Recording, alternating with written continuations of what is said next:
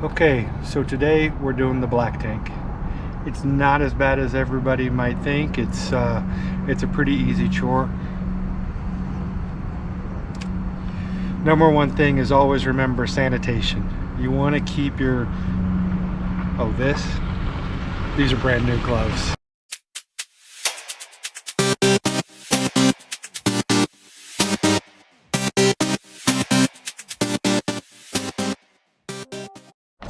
So I'll tell you a little story as we get started. The day we got the coach, we bought it in Phoenix and we're driving to Las Vegas to pack up. While we were doing the walkthrough there at the dealership, I noticed the gauge said 67% full on the black tank, and so I asked about it. He said, well, you can kind of never trust the gauges, which I've heard that, seen that in different videos before. So I was like, okay. He said, but we'll check it, we'll make sure.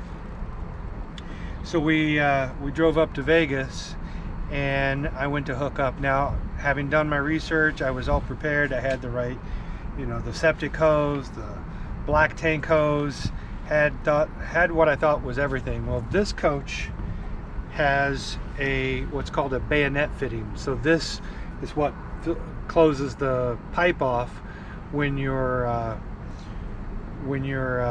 hose is not attached. This groove right here, it has two clamps that come on there. Now, what you can notice is down here, the black tank gate is here, but the end of the connection is down here. That's where this cap goes. So at some point somebody had opened the black tank gate and then reclosed it. So from down here where you see this green clip all the way back up to the gate was full. So when I opened that gate, or this clamp, for the first time, I got a chocolate surprise. Now, wasn't the worst thing in the world. It wasn't pleasant, was not fun, but the keynote here for you is, if this gate has ever been opened and you have a cap on here, stuff is going to flow between the gate and the end of the cap. So always make sure that your fittings are on first before you ever open the gate. All right, let's take a look at the basics.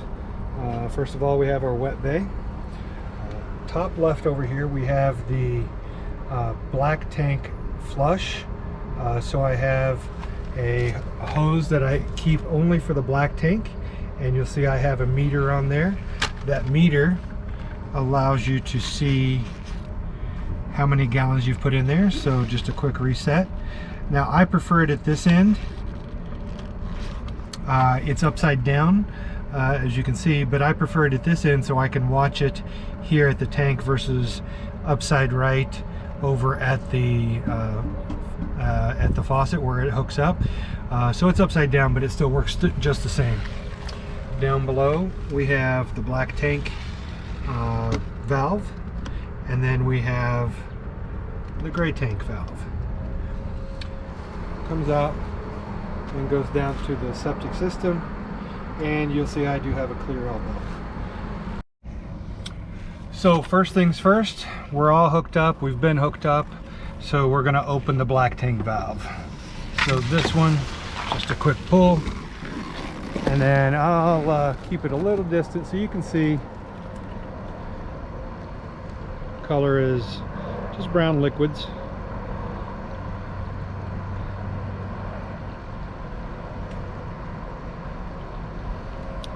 And then at this point, I'm going to come over. I've already reset my counter on the meter, and I'm going to turn on the black tank fresh tank, or the black tank fill line. And that, as you can see now, starts that counter up there.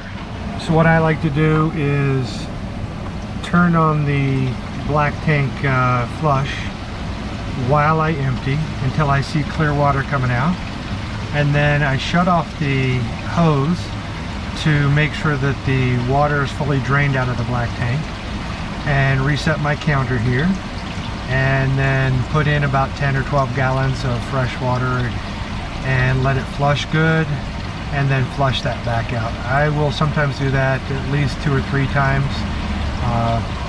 Prefer obviously doing this at a campsite where I can take my time, but I like making sure it's pretty clean.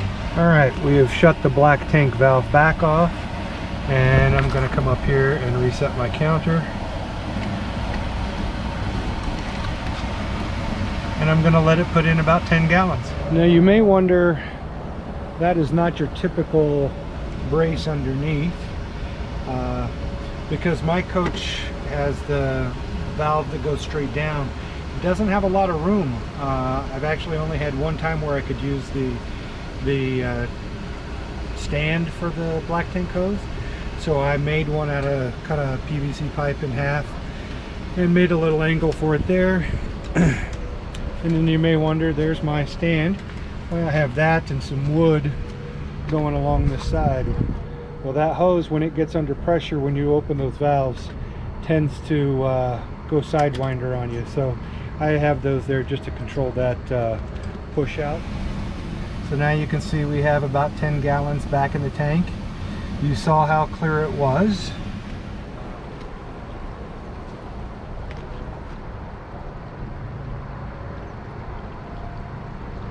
Some pretty good liquids, a little bit of stuff coming through still, and already pretty much back to clear.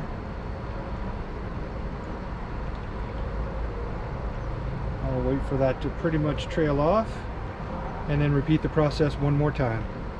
Alright, this time we're going to give you a look from the business end. This is the third flush.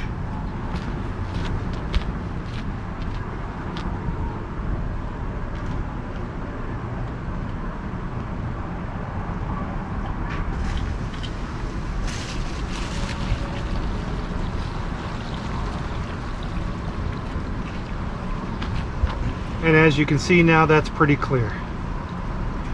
Still getting a little bit of stuff.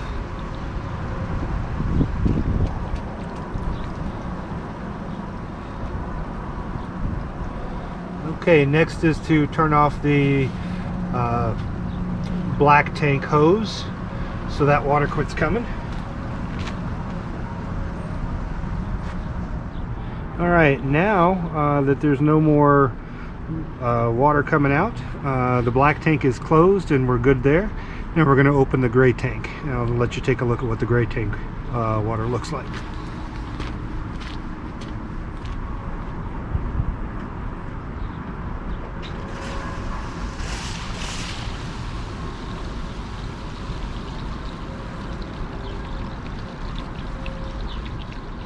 On this coach we have a 100-gallon fresh tank, 100-gallon gray tank, and a 55-gallon black tank.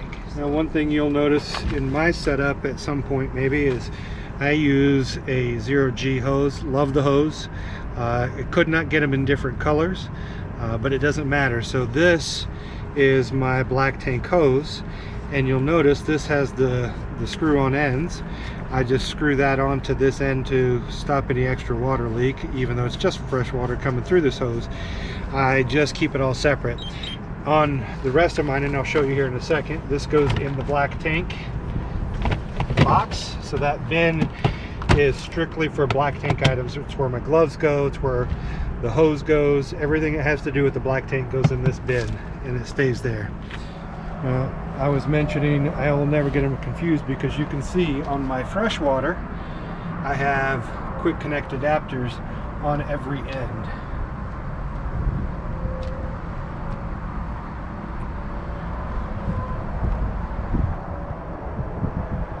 So those quick connect adapters, I just pop those off, and I could never cross-contaminate my black tank hose with my freshwater hoses.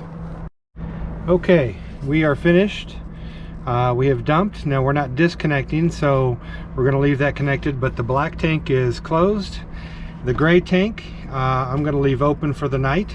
We'll take showers later, and Annie might finish laundry if she wants to tonight, so we'll leave the gray tank open, let that flow out tonight. Tomorrow morning we'll shut the gray tank off, disconnect, put all that in the black tank box. Alright, so as I was just finishing there, the battery died, but the last step is the hand sanitizer on the gloves. Then I take the gloves off And because I was touching the camera, even though those were brand new gloves and I didn't get any gunk on me because it was all from the outside, I still sanitized off the camera tripod. And now the next thing are the gloves. They also go in my box, and I just put them over the side like that, lock them in there, and now that's locked away.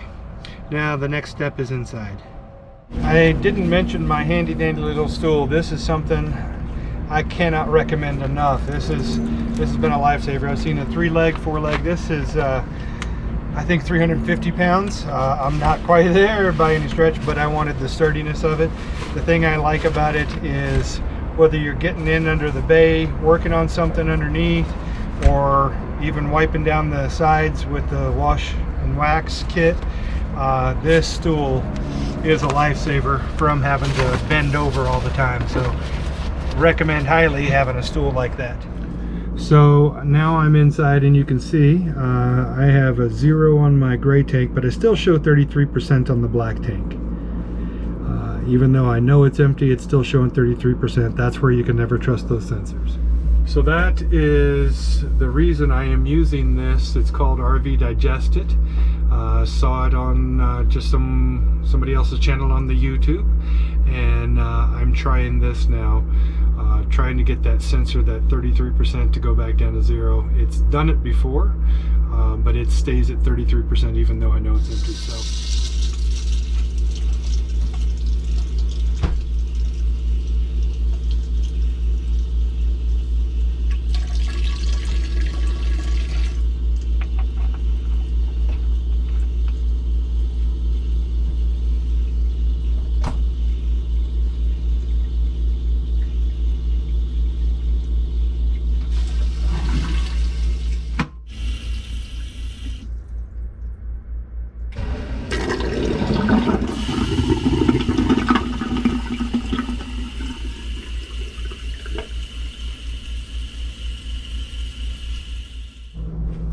Okay, that's about all there is to flushing the black tank. As I mentioned, tomorrow morning I will disconnect the hoses, put those in that black tank bin that I have, and other stuff, electrical and fresh water and that type of stuff, bring the slides in, all that stuff. But for flushing the black tank, that's it. It's pretty simple.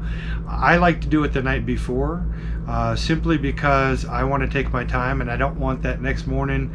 I don't want to be in a rush to let enough water to get in there and flush it 2 or 3 times, or 4 if necessary, to make sure that I feel like it's as flushed as it can be. Do me a favor, leave me a suggestion. If you've got a surefire technique to cleaning those sensors to get that 33% to go back to 0, give me a suggestion. I'm trying everything. So I've got the Happy Camper, I've tried it, and that's what I used for the first month and a half, and then I just switched to this, trying to get that sensor to go from 33% back to 0, because I know it's empty. So if you've got a suggestion, let me know what it is.